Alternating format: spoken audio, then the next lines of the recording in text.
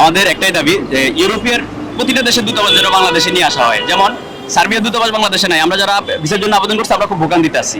ক্রোয়েশিয়ার দূতাবাস বাংলাদেশে নাই, ক্রোয়েশিয়ার জন্য নেপাল গিয়ে 1.5 থেকে 2 লক্ষ টাকা খরচ করে আসার পরে থাকা খাওয়া আসা যাওয়া এগুলো মিলে দেখা গেছে ভিসা না পাইলে কিন্তু আমরা ক্ষতিগ্রস্ত হয়ে যাচ্ছি। কিন্তু এই দূতাবাসটা যদি বাংলাদেশে থাকতো, ক্রোয়েশিয়ার দূতাবাস, তাহলে কিন্তু আমাদের 5 থেকে 1.5 থেকে 2 লক্ষ টাকা খরচ হইতো না।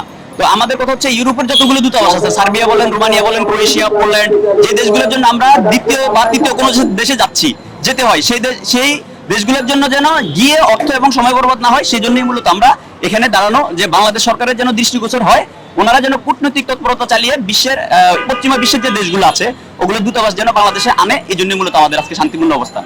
এবং আমাদের এক দফা দাবি যে ইউরোপের দূতাবাসগুলো বা পশ্চিমা বিশ্বের দূতাবাসগুলো যেন বাংলাদেশে আসে।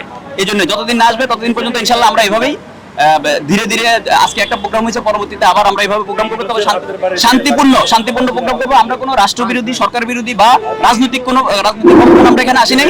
এটা হচ্ছে আমাদের প্রাণের দাবি যে এখানে বাংলাদেশের যারা আছে সবাই কিন্তু ইউরোপে যাওয়ার স্বপ্ন দেখে, স্বপ্ন পালন করে, সবাই কাঁধে কাঁধ মিলিয়ে আমরা আবেদনকারী এবং আবেদনকারীর অভিভাবক আমরা সবাই এসে আমরা দাঁড়িয়েছি যেন বাংলাদেশ সরকারের দৃষ্টিগোচর হয় এবং ইউরোপের সকল দেশের এম্বাসিগুলো যেন বাংলাদেশে আসে।